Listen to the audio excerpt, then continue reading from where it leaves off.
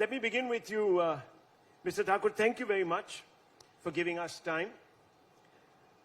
I want to begin with this great story that is unraveling under your watch. All nations, when they want to project themselves on the international stage, do so first, usually with great impact on the athletic ground, on the sports field, in big sports gatherings. And India has now begun to push those buttons. How has this happened? What are the goals? Let me first thank you for inviting me for this session. Well, the session is named or titled as Winds of Change in New India. Ideally, I think it should be titled Storms of Change in Rising New India.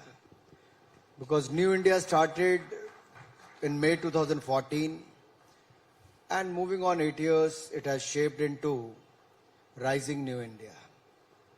As the vision or the initiative of Prime Minister Modi has started taking place, making India a rising new India in a gathering global gloom. Because there's a lot of challenges globally. At the same time, it was the COVID-19 pandemic. During that time, to ask your athletes to go outside India and train and also survive, then participate in Tokyo Olympics, it wasn't an easy task. Mirabai Chanu got injured. Within 24 hours, she was given the US visa, given the flight along with her coach and other supporting staff. So India has tried to do whatever possible under the ability of Prime Minister Modi as far as in the field of sports is concerned. I was looking at the top scheme. It started after Rio Olympics. And in the last 4 years, we have seen how it has benefited most of the players. Their training, boarding, lodging, scientific, treatment and all that, everything has been taken care by the government of India. And that is why India has won the highest ever medals in the Tokyo Olympics, Paralympics and the Deaf Olympics. 7 in the Tokyo Olympics, 19 in the Deaf Olympics and 17 in the Paralympics. So that clearly shows that whatever initiative has been taken is reaping benefits. And our wait for last 121 years, Neeraj Chopra has won the gold medal for India. Not only that, post that, it was during the IBA Women World Boxing Championship. India won the gold medal. Nikki Zareen won that. Thomas Cup, we never won the gold medal. India won the gold medal this time. And look at the Commonwealth Games, we won the 66 medals. It's not one of the events, but event after event, India has performed well as far as the sports is concerned. All because it started from the top. Prime Minister Modi himself interact with the athletes before they leave for any big championship. Even during the tournaments, if need to, he motivate players. And while they are back in India, he hosts them. I think no other Prime Minister on earth does give that kind of importance to the sports person personally by speaking to them and also inviting them at his residence. Recent successes, of course, have been recognized all across the globe, Anurag ji, but when it comes to budgeting for sports, sometimes we found that, and you look at the numbers, we have found a bit wanting. Even this budget, and over the last few years, there hasn't been a commitment. And I have some statistics here. Why is this the case? We need to understand sports is a state subject. The primary responsibility lies with the states. But if you look at our government, in 2013-14, I think the annual budget was 840 crore rupees. And this year it was 2,400 crore rupees for the Youth Affairs and Sports Department. If you look at in 2013, I think the overall infrastructure projects in India was close to 560 crore rupees. Today it is at 2,700 crore rupees.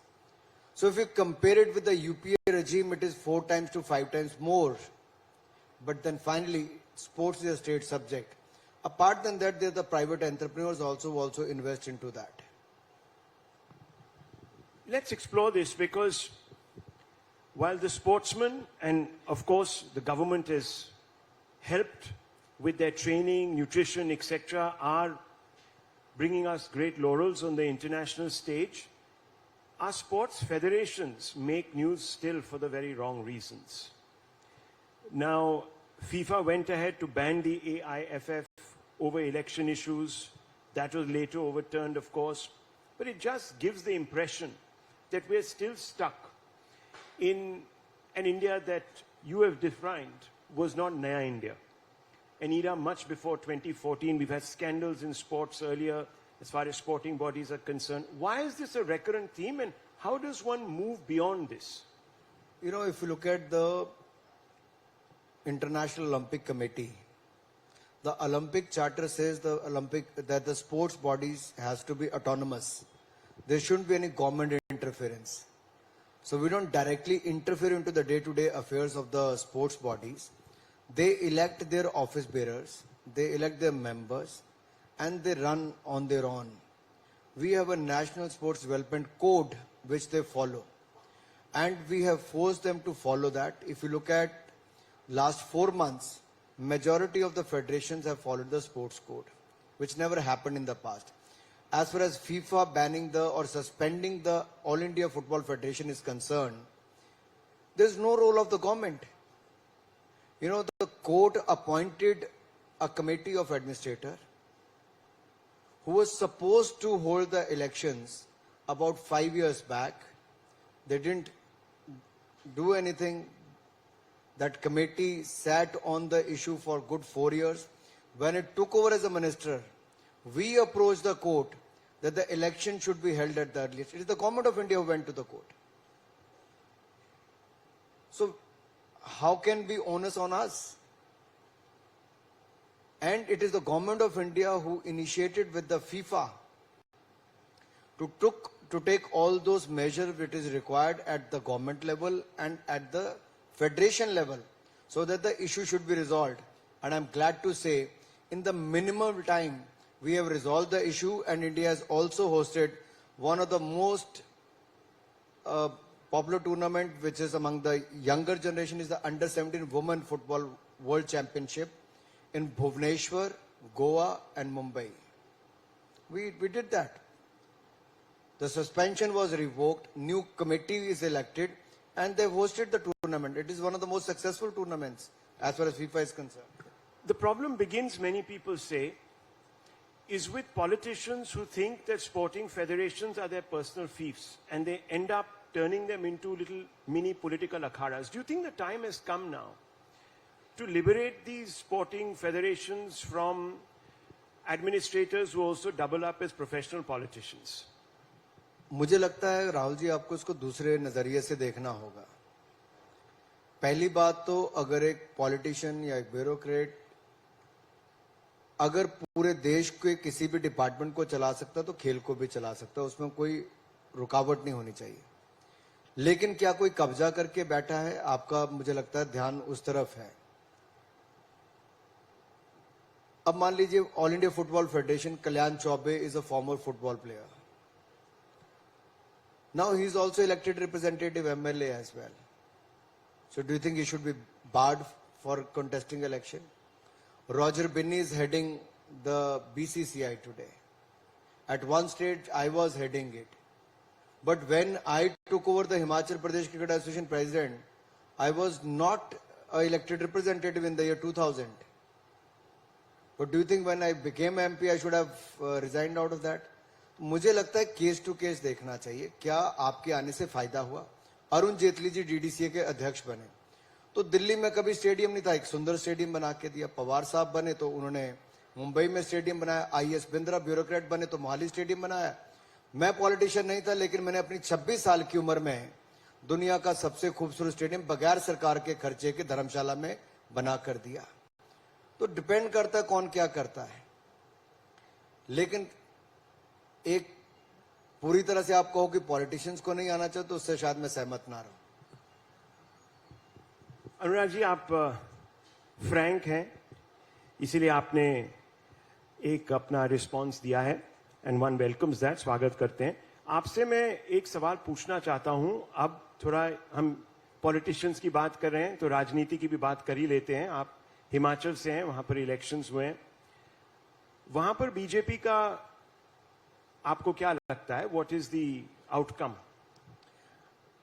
जो उत्तर प्रदेश, उत्तराखंड, मणिपुर, गोवा में हुआ, वहां फिर भाजपा की सरकार बनी और हिमाचल और गुजरात में भी फिर भाजपा की ही सरकार बनेगी, क्योंकि अच्छा काम जो डबल इंजन की सरकार ने किया है, हिमाचल प्रदेश का विकास हुआ है, राज्य की सरकार ने बहुत शानदार काम किया, इसलिए वहां पर वापस भाजपा की सरकार बनी।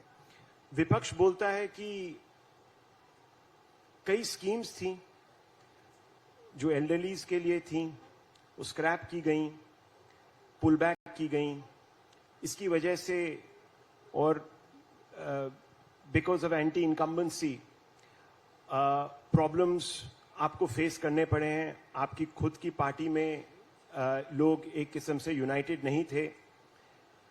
आम आदमी पार्टी भी मैदान में है।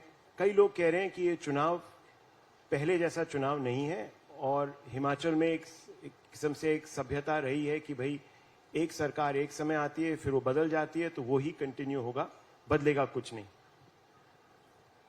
पता नहीं किसी भी चर्चा में आप एक पार्टी का नाम लेते हो, किस पार्टी का? जिसका आपने अभी लिया, आम आदमी पार्टी का। वो मीडिया की चर्चा में तो रहती है, लेकिन जनता वोट नहीं देती है। नहीं, पंजाब में तो जीते थे, दिल्ली में जीते थे। उत्तर प्रदेश का मैं सह प्रभारी था चुनाव का। 403 सीटों पे अगर आम आदमी पार्टी चुनाव लड़ी तो कहीं जीतना तो दूर की बात, सब जगह जमानत जब्त होने का काम हुआ है। उत्तर प्रदेश के अलावा वो उत्तराखंड में कहते सरकार बनाएंगे, एक सीट उनके हाथ नहीं लगी है। मणिपुर, गोवा दूर की बात छोड़ दीजिए। और हिमाचल प्रदेश में तो 4 महीने पहले अपनी दुकान बंद करके केजरीवाल जी चले गए, चुनाव में आए नहीं। तो उनके जीतने तो दूर दूर की बात है, अगर खाता भी खुल जाए तो बहुत बड़ी बात होगी। दूर दूर तो कोई आसार नहीं कि उनका खाता खुल पाएगा। और आम आदमी पार्टी का गवर्नेंस मॉडल तो देखिए। पंजाब के स्वास्थ्य मंत्री को 2 महीने में इस्तीफा देना पड़ा भ्रष्टाचार करके। दिल्ली का स्वास्थ्य मंत्री 6 महीने से जेल में है। और इनका जेल का मॉडल भी देख लीजिए, बीच में मसाज भी मिलती है, मौज भी करने को मिलती है, 5 स्टार का खाना भी मिलता है, मिनरल वाटर भी मिलता है, और न जाने और कितने वीडियो बाहर आएंगे अंदर क्या क्या चलता है। अभी तो प्रतिबंध शायद वीडियो दिखाने पे लग गया होगा जो लीक हुए। और इनके मुख्यमंत्री एक और कौन, मैं जिसके लिए सुकेश की बात कर रहा हूं, जिसको जेल में सुविधाएं देने के लिए करोड़ों रुपए घूस खाई जाती है, ऐसा मुख्यमंत्री के दिल्ली में रहना चाहिए? जो सर्टिफिकेट अपने स्वास्थ्य मंत्री को देता है ईमानदारी का। इसके साथ साथ पंजाब में 3 महीने में 70 लोगों की हत्याएं होंगी, गैंग वॉर चल रही है। दिल्ली का शिक्षा मंत्री शराब घोटाले में मुख्य आरोपी नंबर 1 है। मोहल्ला क्लिनिक के अंदर और बाहर जानवर घूम रहे होते हैं, डॉक्टर तो दूर की बात है। आखिरकार इस मॉडल को गुजरात कहां से एक्ट करेगा, हिमाचल कहां से एक्ट करेगा? हिमाचल ने कोविड-19 पैंडेमिक के टाइम पे देश में पहला राज्य बना जिसने फर्स्ट वैक्सीन, सेकंड वैक्सीन सबसे पहले लगाने का काम किया। केंद्र ने आयुष्मान भारत योजना लाई तो हमने हिमकेयर साथ में चला के हर किसी को 5 लाख का इलाज मुफ्त में दिया। अगर केंद्र ने उज्ज्वला योजना से रसोई गैस का सिलेंडर दिया, हमने राज्य में मुख्यमंत्री गृहिणी योजना लाके हर महिला को रसोई गैस का सिलेंडर और चूल्हा भी साथ में दिया। सो कहीं लकड़ी का चूल्हा नहीं जलता, हर जगह गैस उपलब्ध करवाई है। हर घर को नल से जल देने का काम किया है। तो जहां एक और डेवलपमेंट के मॉडल हमारे पास है, और गुजरात का मॉडल तो आज देश अपनाता है, मगर हर सेक्टर में अपनाता है। दिल्ली मॉडल की बात करती है और वो पंजाब में उन्होंने उस पर अपना कैंपेन काफी फोकस किया था और उनको वहां पर नतीजे भी मिले हैं, आप जानते हैं। वो कहते हैं नतीजा यही है कि चुनाव होने के बाद राहुल जी 2 महीने के अंदर मुख्यमंत्री की सीट पर बाई इलेक्शन लोकसभा का हुआ, वो हार गए। ये तो है नतीजा, जनता ने बता दिया 2 महीने में कितनी खुश थी। केजरीवाल जी कहते हैं कि फोकस बीजेपी का रहता है, आप मीडिया को दोषी ठहरा रहे हैं, बीजेपी का रहता है, बीजेपी टेप निकालता है, बीजेपी हमारे मंत्रियों पर ईडी एक किस्म से releases the ED on our ministers, focus उनका है। दोषी कोई और रहते हैं। तो मुझे आप समझाइए, केजरीवाल जी जो कह रहे हैं कि भाई ईडी हर चुनाव के पहले सडनली एक्टिव हो जाती है। मैं चाहता हूं कि आप केजरीवाल जी के सारे पुराने वीडियो निकालिए, कब कब उन्होंने आरोप लगाए और कितनी बार माफी मांगी। यू टर्न लगाने वाला व्यक्ति है जी, जिसकी राजनीति की शुरुआती झूठ से हुई हो, जो करप्शन के अगेंस्ट कैंपेन चलाकर कहता हो नहीं नहीं मैंने तो राजनीति में नहीं आना है, लेकिन चंद महीनों के बाद राजनीति में आता है। बेटियों की कसम खाता है मैं राजनीति में नहीं आऊंगा, फिर कहते हैं मैं बड़ी गाड़ी नहीं लूंगा, मैं सुरक्षा नहीं लूंगा, मैं बड़ा बंगला नहीं लूंगा। बंगला भी लिया, 25 करोड़ का स्विमिंग पूल भी बनाया, सुरक्षा एक राज्य से नहीं 2 राज्यों से सुरक्षा भी ली है। और एक के बाद घोटाला उनके एक के बाद दूसरा मंत्री करता है।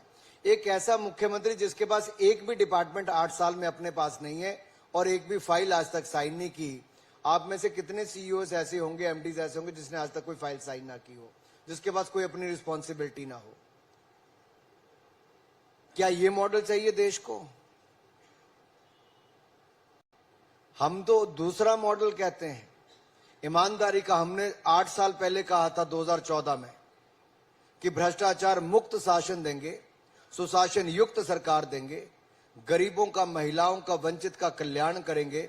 आज मैं कह सकता हूं आपके शो पर, इस समिट पर, 8 साल में भ्रष्टाचार मुक्त शासन किसी ने देश में दिया है तो नरेंद्र मोदी जी की सरकार ने दिया। 1 रुपए का घोटाले का आरोप नहीं लगा है।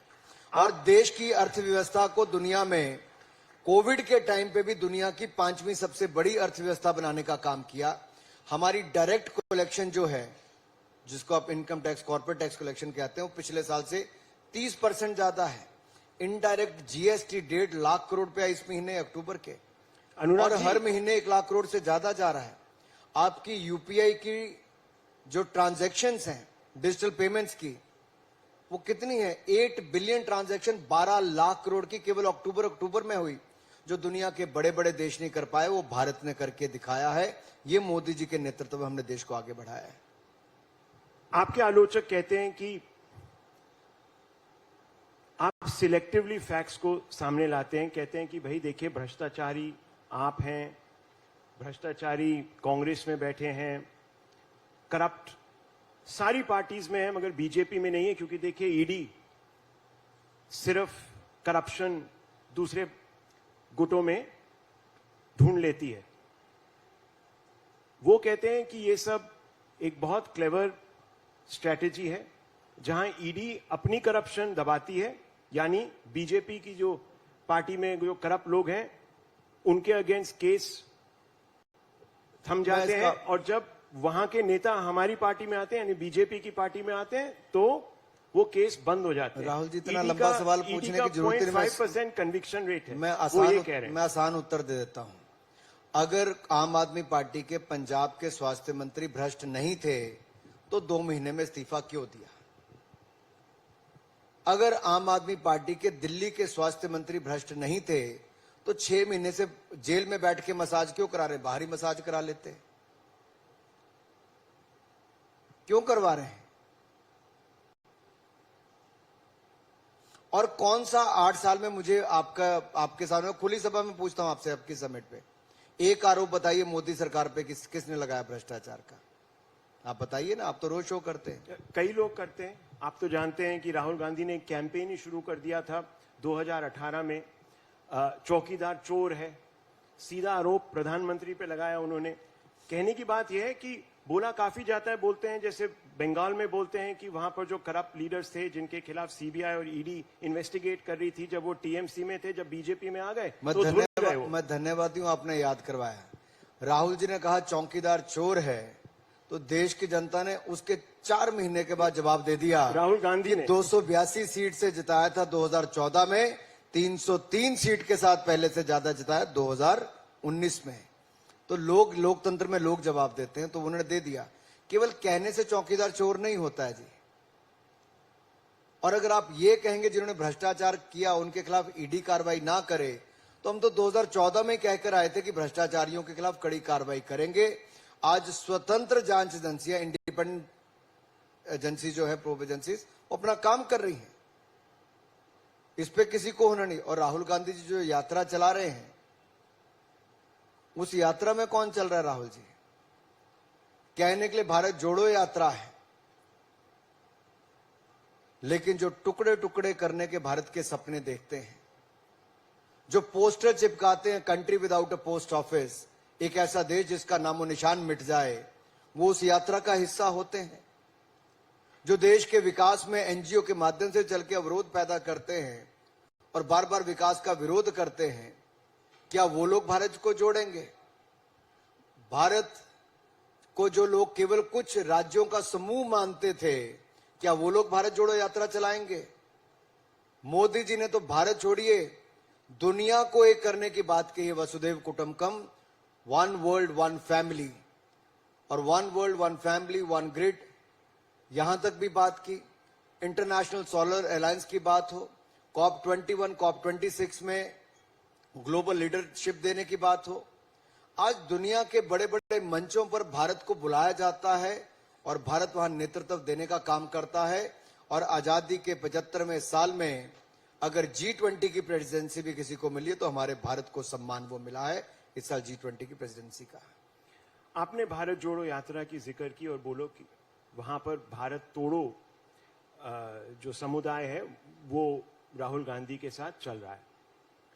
कई लोग ये भी कहते हैं कि भारतीय जनता पार्टी में ऐसे नेता हैं जो ऐसे बयान करते हैं, they make statements which are highly divisive, polarising, और कई एग्जांपल्स हैं।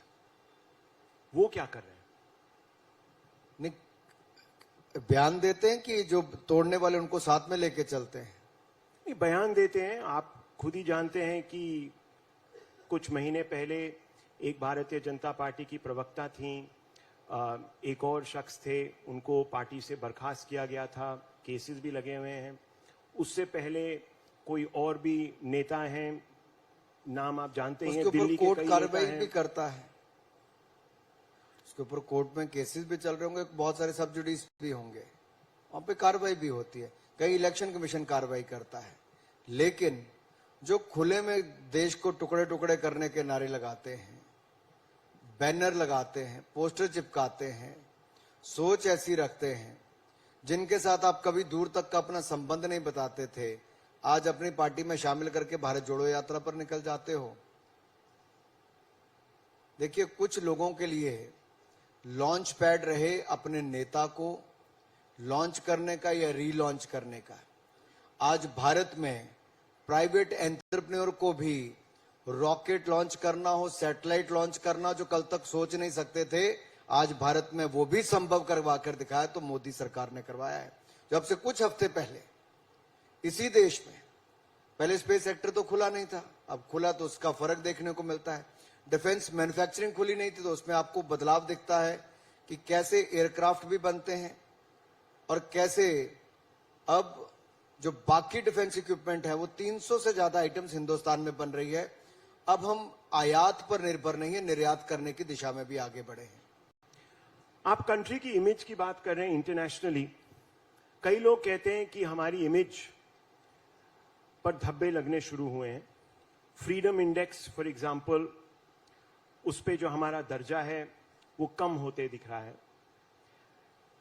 आपकी सरकार से जो प्राइम मिनिस्टर के इकोनॉमिक एडवाइजर हैं सान्याल साहब, उन्होंने एक आर्टिकल भी लिखा है कुछ दिन पहले, जहां पर उन्होंने मेथोडोलॉजी को चैलेंज किया, फ्रीडम हाउस मेथोडोलॉजी की। मगर कई अंतर्राष्ट्रीय जर्नलिस्ट भी हैं, एनालिस्ट भी हैं, एकेडमिक्स भी हैं, बुद्धिजीवी जिनको कहा जाता है, वो भी हैं, कहते हैं कि भाई भारत में आज की डेट में इतनी नफरत की आग फैली हुई है कि यहां पर स्थिरता पर अब असर पड़ने लगा है। You are in the INB ministry, sir. Quite often, the job of communicating the government's position and fighting some of these fires that are lit internationally comes to you. How do you respond to this criticism? New York Times, Washington Post, several international magazines, the Time magazine, constantly talk about this image problem. Is it a challenge? Is it propaganda? Is it a concoction? If so, why? देखिए, दो पहलू हैं इसके। पहला तो ये आता है इसका कि मेथोडोलॉजी पर ही सवाल खड़ा होता है और उस संस्था पर भी प्रश्न चिन्ह खड़ा होता है कि उसकी फंडिंग कौन करता है, कौन लोग हैं, मेथोडोलॉजी क्या की गई। आपसे किसी ने आके पूछा इस पे कि नहीं पूछा? क्या टाइम्स ग्रुप से भी बात हुई, किसी और चैनल से पूछा गया? किनसे बात देश में करके गए?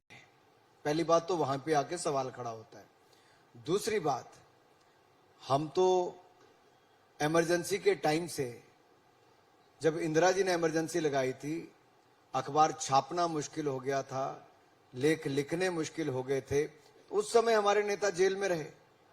हम तो फ्रीडम ऑफ स्पीच का समर्थन करते हैं और फ्रीडम ऑफ स्पीच का हम न केवल समर्थन करते हैं, उसके लिए हर वो कदम भी उठाते हैं।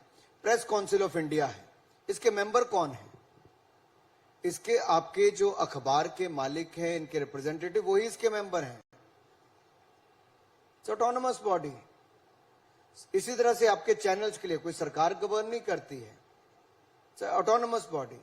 Similarly on the digital media platform, तो उसके लिए क्या है? ये भी इंडिपेंडेंट संस्थाएं ही कर रही हैं, सरकार का तो हस्तक्षेप ही कहीं नहीं है।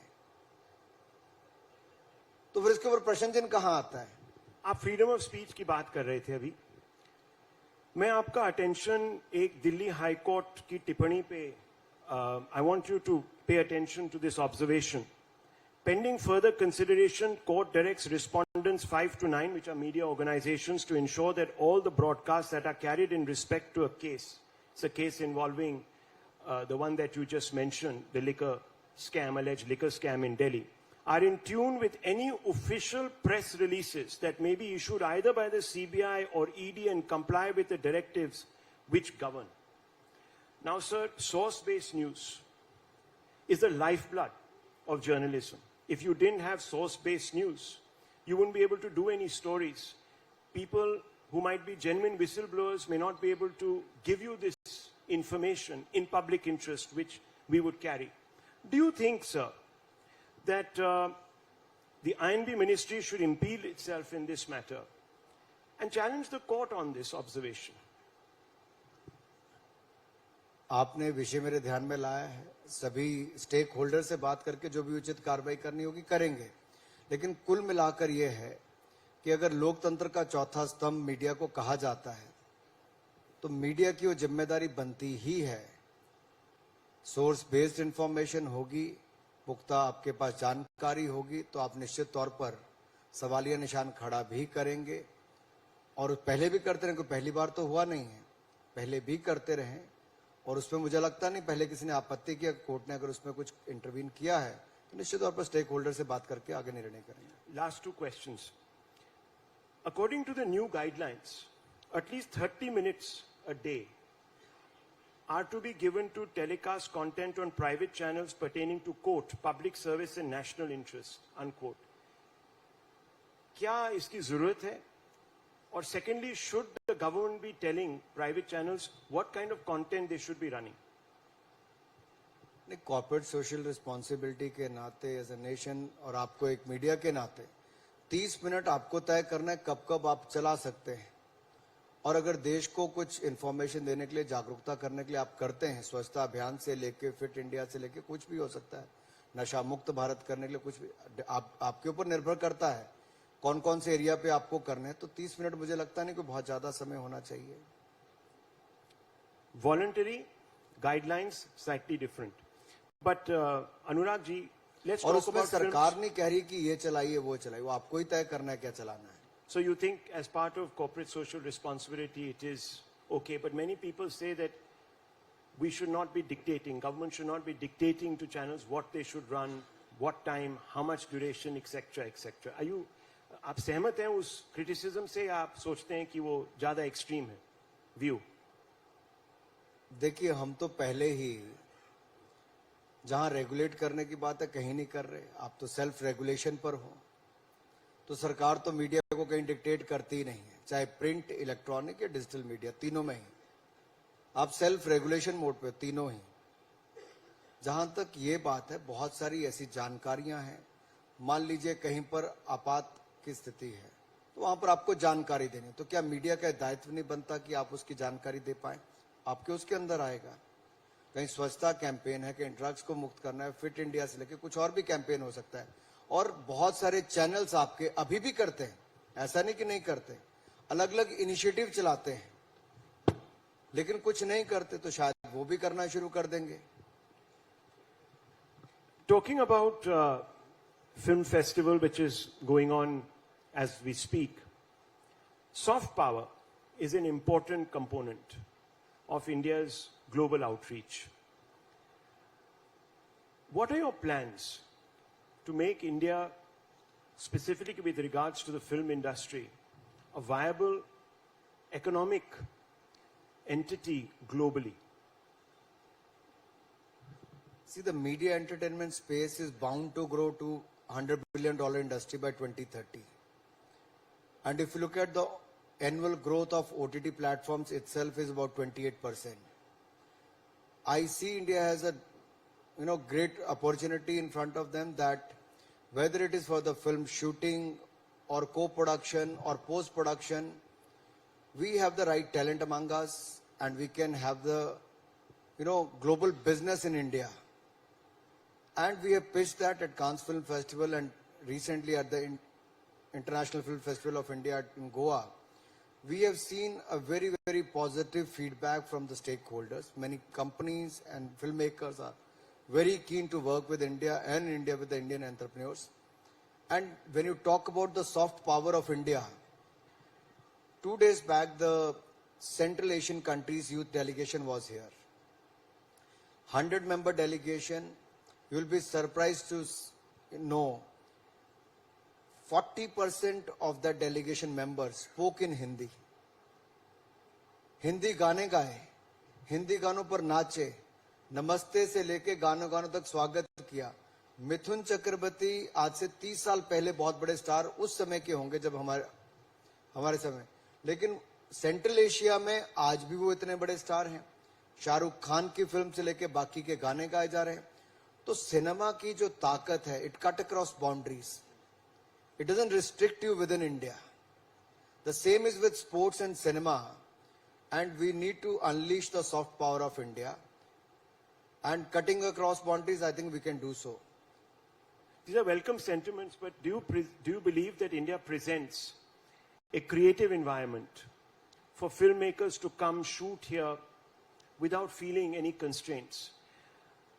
Quite often we see certain groups imposing their will, for a lack of better word, on the creative expression of directors. They say कि भाई इस फिल्म में ये नुक्स है, ये इसको ऑफेंड कर रहा है, ये फिलाने को is offending some group. And we see very often the state not standing up.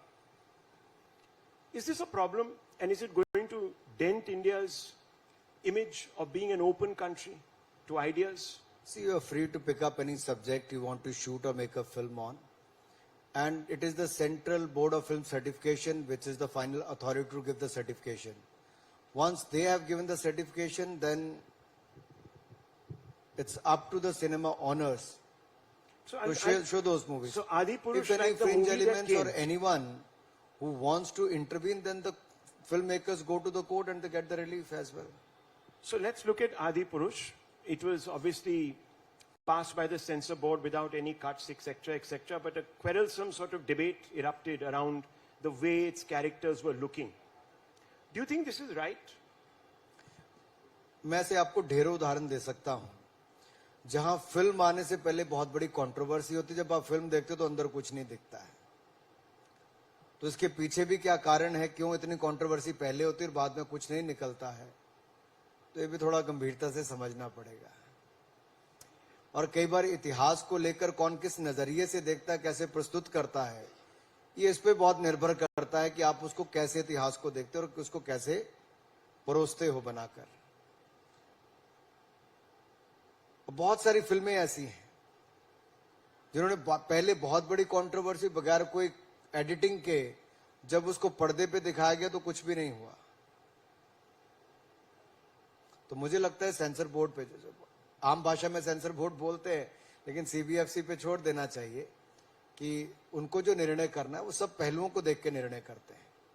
और हर रीजन में सीबीएफसी का अपना दफ्तर है, सेंट्रल ऑफिस है, सैकड़ों लोग उसमें काम करते हैं और भारत दुनिया का सबसे बड़ा फिल्म निर्माता है। सबसे ज्यादा फिल्में हमारे देश में बनती है। हमें तो इस ताकत को समझना होगा कि जो बात हम शायद न्यूज के जरिए नहीं पहुंचा पाते, जनरल एंटरटेनमेंट के माध्यम से दुनिया भर के देशों में अपनी कला संस्कृति, अपने इतिहास को हम दुनिया तक पहुंचाने का काम करते हैं। और जैसे कि अब कई लोग देखते होंगे कि सोमनाथ मंदिर या केदारनाथ मंदिर, लोगों को लगता होगा मंदिर बना है, लेकिन ये दिव्य और भव्य सोमनाथ मंदिर भी बना, दिव्य और भव्य केदारनाथ मंदिर भी बना, दिव्य और भव्य काशी विश्वनाथ धाम भी बनी और इसी तरह से दिव्य और भव्य अयोध्या धाम भी बन रहा है। लेकिन ये केवल आस्था के केंद्र नहीं, ये अर्थव्यवस्था के केंद्र भी भविष्य के बन रहे हैं। जहां एक्स अमाउंट लोग आते थे तो आज 7x 10x आते हैं। क्यों? क्योंकि वहां पे इंफ्रास्ट्रक्चर भी बना। हमने अपने गौरवशाली इतिहास को बचाने, संवारने और आगे बढ़ाने का काम भी किया। और यही नहीं, बुद्ध सर्किट से लेके हेमकुंड साहब तक रोपवे बनाने की बात हो, करतारपुर कॉरिडोर खोलने की बात हो, जो 75 साल में कोई नहीं कर पाया था, नरेंद्र मोदी जी के समय कम से कम इतना तो हुआ कि आजादी के अमृत महोत्सव भी हम मना रहे हैं और अपने गौरवशाली इतिहास पर गर्व भी कर रहे हैं और दुनिया को वहां पर लाने के लिए आकर्षित भी कर रहे हैं। Important message going out from the INB minister on the importance of leaving it to the certification board to determine the desirability of a narrative, etc. Thank you very much, Thank you, Anurag ji. Rahul ji. Thank you very much.